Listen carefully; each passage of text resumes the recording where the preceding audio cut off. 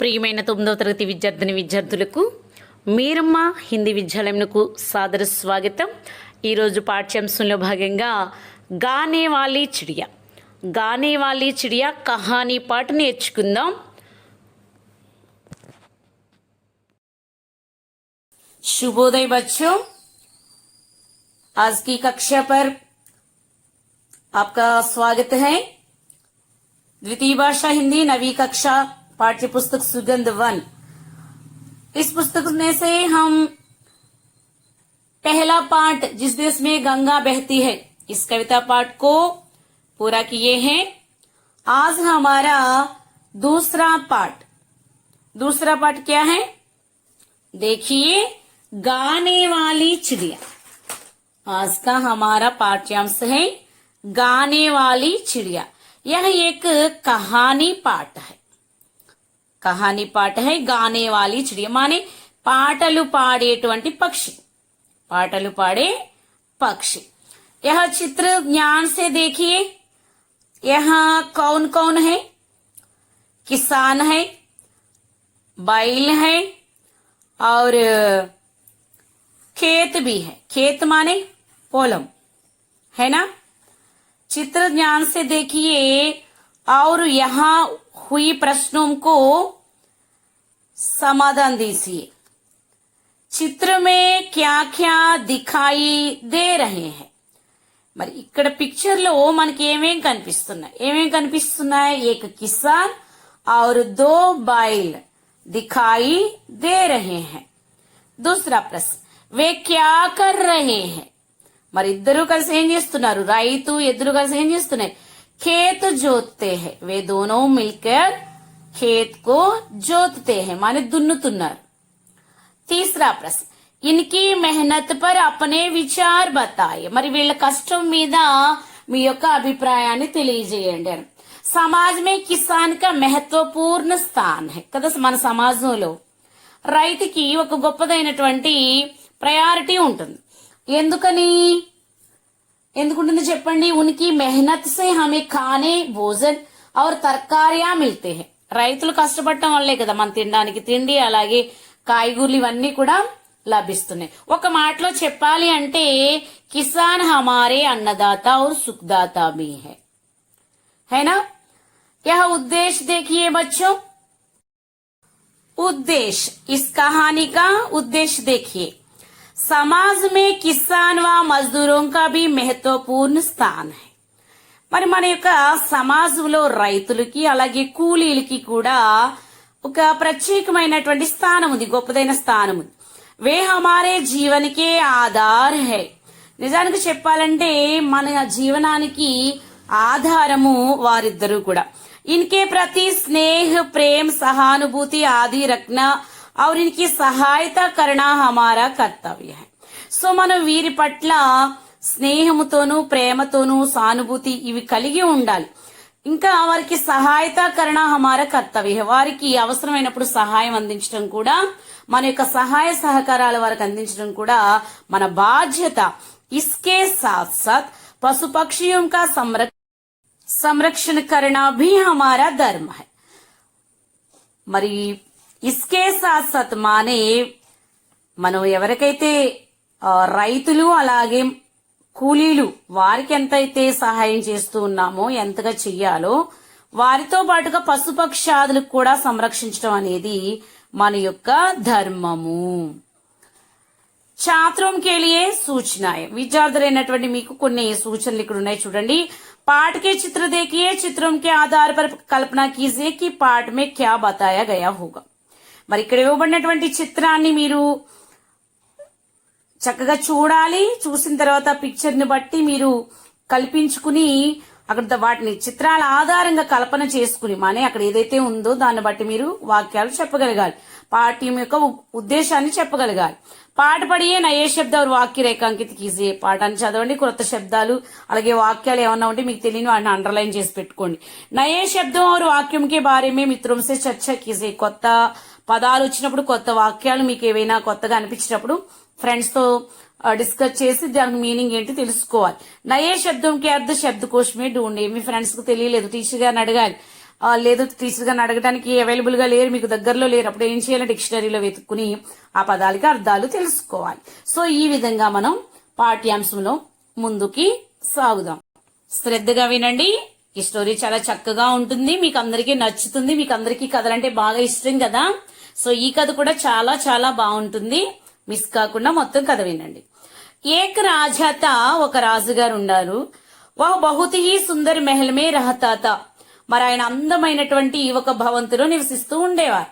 ఉసే అపనే mahal per బహుత్ గర్వత, మరి ఆయనకి తన మహల్ అంటే చాలా గర్వం అనమాట. ఇక చాలా ప్రౌడ్ గా ఫీల్ అయ్యేవారు ఆయన ఆ భవనంలో. సంసార్ కే కోనే కోనే సే యాత్రి మెహల్ దేఖ్నే ఆతే తే, మరి ప్రపంచ నలుమూలల నుండి కూడా యాత్రికులు ఆ యొక్క రాజుగారి యొక్క మహల్ ని, ఆ యొక్క భవంతిని చూడడానికి వచ్చేవారు. यात्रियों ने अपने यात्रा वर्णन में महल की सुंदरता के बारे में कई बातें लिखी.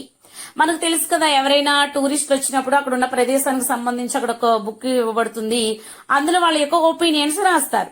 అట్లాగే రాజుగారి దగ్గర ఉన్నటువంటి ఆ పుస్తకంలో కూడా ఈ యాత్రికులు ఏం చేసేవారంటే, వాళ్ళు వర్ణించేటప్పుడు ఈ మహల్ యొక్క సౌందర్యం గురించి అనేకమైనటువంటి మాటలు రాసేవారు. ఉన్హోనే గానే వాలి చిడియా కే బారే మే భీ లిఖా తా, వారు కేవలము మెహల్ యొక్క గొప్పతన సౌందర్యం గురించే కాకుండా అక్కడ ఉన్నటువంటి ఒక పాటలు పాడేటువంటి పక్షి గురించి కూడా అందులో రాయిస్తారనమాట. యह चिड़िया महल के पास वाले जंगल में रहती थी और बहुत मधुर स्वर में गाती थी. ఇంతకీ ఏమి రాశారట యాత్రికుల పక్షి గురించి? మరి పక్షి మెహల్ కి దగ్గరలో ఉన్నటువంటి ఒక అడవిలో ఉంటుంది. జంగల్ మానే వన్, అడవిలో ఉంటుంది, అక్కడే నివసిస్తూ ఉంటుంది. బహుత్ మధుర స్వరమే గాతిథి, చాలా మధురంగా చాలా తీయగా అది పాటలు పాడుతుంది అని రాశారట.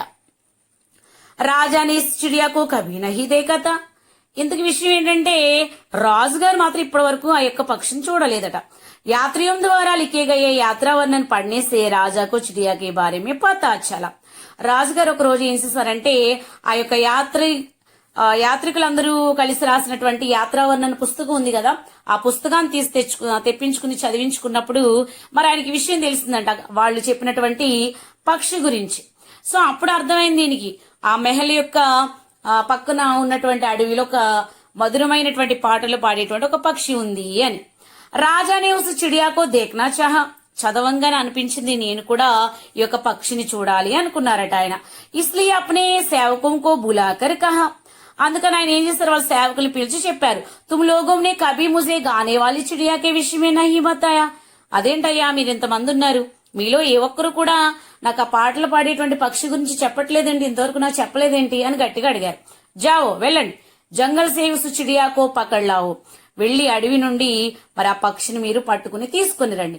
మై ఉస్కా గానా సుననా చాతా హూ, నేను మరి దాని యొక్క గానాన్ని వినాలనుకుంటున్నాను, దాని యొక్క మధురమైనటువంటి ఆ గానాన్ని నేను కూడా విని తరించాలనుకుంటున్నాను అని చెప్పారంట.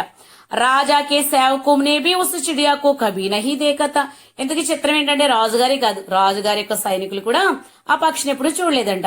అవును నాహీ పూరే దర్బార్ మే కోయి ఇస్ విషయ కే బారే మే కుచ్ జాంతా తా, అంతేకాదు ఇంతకీ ఇంకా చిత్రం ఏంటంటే రాజుగారి దర్బార్లో ఎంతమంది ఉన్నారు అంతమందిలో ఏ ఒక్కరికి కూడా ఆ పక్షి యొక్క విషయం కొంచెం కూడా తెలియదట. చిడియాకో ఢూండ్నే సైనిక్ జంగలమే గయి, మరి పక్షిని వెతకడానికి అడవిలోకి వెళ్లిపోయారు. ఢూండ్తే ఉనిహి మీకు లడకి మిలి, వెతుకుతున్న వాళ్ళకి ఒక అమ్మాయి కనిపించిందట. జిస్నే చిడియాకో గాతే హుయే దేఖతా, ఇంతగా అమ్మాయి ఎవరంటే ఆ పక్షి పాడుతున్నప్పుడు చూసినటువంటి అమ్మాయి ఎవరైతే ఉందో ఆ అమ్మాయి వీళ్ళకి కనిపించింది. గానే వాలి చిడియాక నామ్ లేతే హీ వహ బోలి, ఎప్పుడైతే ఇక్కడ పాటలు పాడే చిలుక ఉందంట కదా అని వీళ్ళు అనగానే ఆ అమ్మాయి చెప్పిందట, హా మై జాంతి హూం, అవునవును ఇక్కడ పాటలు పాడే పక్షి ఉంది నాకు తెలుసు. ఉస్ గానే వాలి చిడియాకో, ఏ పక్షి అయితే పాటలు పాడుతుందో ఆ పక్షి నాకు తెలుసు అని చెప్పిందంట. ఓహ్ వాహ్ కితనే మధుర స్వరమే గాతి హై, హరేవా అది ఎంత తీయగా పాడుతుందో కదా అని చెప్పిందంట, చాలా బాగా పాడుతుంది. జబ్ మై యహా సే కామ్ సమాప్తి కర్కే సంధ్యా సమయ పర్ లౌడ్తీ హూం మరి ఎప్పుడైతే నేను ఇక్కడ పని ముగించుకుని పొలంలో, ఈ అడవిలో మా పొలం ఉంది, ఇక్కడ నేను పని ముగించుకుని సాయంకాలం ఎప్పుడైతే ఇంటికి తిరిగి వెళ్ళిపోతూ ఉంటానో, తో వహ్ ముజే రాస్తే బర్ అపనా మీఠా మీఠా గానా సునాతీ హై. మరి ఆ పక్షి వచ్చి నాతో పాటు ఆ దారి పొడవునా తన తీయని గానాలు నాకు వినిపిస్తూ ఉంటుంది. ఇస్సే మేరీ సారీ తకాన్ దూర్ హో జాతీ హై. మరి దాంతో నాకు నా యొక్క అలసట అంతా, ఉదయం నుంచి పనిచేస్తుంటానేమో నా అలసట అంతా ఒక్కసారిగా తీరిపోతుంది అని చెప్పిందట. ఎవరైతే ఈ యొక్క పాటలు పాడేటువంటి పక్షి గురించి తెలుసో ఆ అమ్మాయి అలా చెప్పిందనమాట. తకాన్ దూర్ హో జాతీ హై. ఇక్కడ లెసన్ లో మీరు బాగా గమనించినట్లయితే నాన్న, ఇక్కడ చూడండి, ఏక్ రాజా తా వహ్ బహుత్ హీ సుందర్ మెహల్ మే అట్లాగే ఉసే అప్నే మెహల్ पर बहुत गर्व था. संसार के कोने कोने से यात्री महल देखने आते थे. यात्रियों ने अपने यात्रा वर्णन में महल की सुंदरता के बारे में कई बातें लिखी. उन्होंने गाने वाली चिड़िया के बारे में भी लिखा था. यह चिड़िया महल के पास वाले जंगल में रहती थी और बहुत मधुर स्वर में गाती थी. इस पैरा में देखिए, इस अनुच्छेद में देखिए, राजा ने इस चिड़िया को कभी नहीं देखा था. यात्रियों द्वारा लिखे गए यात्रा वर्णन पढ़ने से राजा को चिड़िया के बारे में पता चला. राजा ने उस चिड़िया को देखना चाहा, इसीलिए अपने सेवकों को बुलाकर कहा, तुम लोगों ने कभी मुझे गाने वाली चिड़िया के विषय में नहीं बताया. जाओ जंगल से उस चिड़िया को पकड़ लाओ, मैं उसका गाना सुनना चाहता हूँ. तीसरा अनुच्छेद में दीजिए, राजा के सेवकों ने भी उस चिड़िया को कभी नहीं देखा था और ना ही पूरे दरबार में कोई इस विषय के बारे में कुछ जानता था. चिड़िया को ढूंढने सैनिक जंगल में गए. ढूंढते ढूंढते उन्हें एक लड़की मिली जिसने चिड़िया को गाते हुए देखा था. गाने वाली चिड़िया का नाम लेते ही वह बोली, हाँ मैं जानती हूँ उस गाने वाली चिड़िया को. वह कितने मधुर स्वर में गाती है. जब मैं जहाज से काम समाप्त करके संध्या समय घर लौटती हूँ तो वह मुझे रास्ते भर अपना मीठा मीठा गाना सुनाती है. इससे मेरी सारी थकान दूर हो जाती है. ఇప్పుడు మనం ఏవైతే రౌండ్ అప్ చేసామో, మే పర్ కే సే నే కి కే హేనా పర్, ఇవన్నీ కూడాను ఇప్పుడు మనం ఏదైతే రౌండ్ అప్ చేసే ఇవన్నిటిని ఏమంటారంటే కారక చిహ్న అంటారు. హిందీలో ఏమంటారు? కారక చిహ్న అంటారు. ఇవి చాలా చాలా ఇంపార్టెంట్ అన్నమాట. ఒక వాక్యంలో అర్థం పరిపూర్ణంగా ఉండాలి అంటే, మనం ఒక సెంటెన్స్ చెప్పుకుంటున్నాం, ఒక వాక్యం చెప్పుకుంటున్నాం, ఆ వాక్యము మనకి పరిపూర్ణమైనటువంటి అర్థాన్ని ఇవ్వాలి. మనం చెప్తున్నటువంటి లేదా మనం రాస్తున్నటువంటి వాక్యము సంపూర్ణంగా ఉండాలి అంటే కనుక కారక చిహ్నాలు అనేవి చాలా చాలా ముఖ్య పాత్ర పోషిస్తాయి అన్నమాట. కారక చిహ్నాలు లేకుండా మరి వాక్యం పరిపూర్ణం అవ్వదు. సో మనం హిందీ భాషని పర్ఫెక్ట్ గా నేర్చుకోవాలి అంటే ఖచ్చితంగా మనకి కారక చిహ్నాల మీద కాస్తంత పట్టు ఉండాలి. ఇంకొక విషయం ఏంటంటే, మనకి నెక్స్ట్ మీరు 10th క్లాస్ వెళ్ళబోతున్నారు. అక్కడ ఏమవుతుంది అంటే ప్రత్యేకించి వ్యాకరణాంశాలు మనకి పబ్లిక్ ఎగ్జామ్స్ వరకు కూడా ఈ కారక చిహ్నాన్ని ఐడెంటిఫై చేసి వాక్యాన్ని పూర్తి చేయడం అనేది ఫిల్ ఇన్ ద బ్లాంక్స్ కింద ఇస్తా ఉంటారు. సో ఇది మీరు 10th క్లాస్ పబ్లిక్ ఎగ్జామ్స్ అయ్యే వరకు కూడా మిమ్మల్ని వెంటాడుతూనే ఉంటుంది. సో ఇప్పుడు మనం 9th లో బాగా నేర్చేసుకున్నాం అనుకోండి, 10th లో మీకు దీని నుంచి వచ్చేటువంటి 2 or 3 మార్క్స్ పాకెట్ లో ఉన్నట్టే ఉంటుంది అనమాట. కాబట్టి మీరు ఏం చేస్తారు అంటే కారక చిహ్న గురించి బాగా నేర్చుకోవాలి. ఇది నేర్చుకోవాలంటే ఏం చేయాలో తెలుసా? మన మీరమ్మ హిందీ విద్యాలయం నుండి 100వ వీడియో ప్రత్యేకించి వ్యాకరణాంశ కారక్ అని చెప్పడం జరిగింది. గుర్తుపెట్టుకోండి, మీరమ్మ హిందీ విద్యాలయం నుండి 100వ వీడియో వ్యాకరణాంశము కారక్. మీరు ఆ వీడియో చూసినట్లయితే కారక్ మీద ఒక గ్రిప్ మీకు వచ్చేస్తుంది. మరలా మనం వీటి మీద మనకి నెక్స్ట్ లెసన్ అంతా అయిన తర్వాత ఎలాగూ భాషకి బాత్ ఉంటుంది, అందులో ఖచ్చితంగా మరలా నేర్చుకుందాం. ఈ రోజుకి మనకి ఇంతవరకు సరిపోతుంది. ఓకేనా? బాగా ఇవి అన్ని కూడా ఎక్కడ మే వచ్చింది, ఎక్కడ పర్ర వచ్చింది, ఎక్కడ నే, కా, కే, కి ఇవి వస్తే అర్థాలండి. మీకు చెప్పాలంటే కారక మనం తెలుగులో ఏమంటాం అంటే విభక్తులు అంటాం అనమాట. తెలుసు కదా, డూము, ఊలు, ప్రథమ విభక్తి, కొన్ని యొక్క లోన్, లోపల, షష్ఠి విభక్తి ఇట్లా నేర్చుకున్నారు కదా తెలుగులో, మనకి వ్యాకరణాంశం ఉంటుంది కదా. సో వాటిని మరి హిందీలో కారక చిహ్న అంటారనమాట, విభక్తి చిహ్న అని కూడా అంటారు. సో మీరు ఇది చాలా ఇంపార్టెంట్ వ్యాకరణాంశము, కాబట్టి మీరు అందరూ కూడా ఆ వీడియో చూసి నేర్చుకోండి. ధన్యవాదాలు.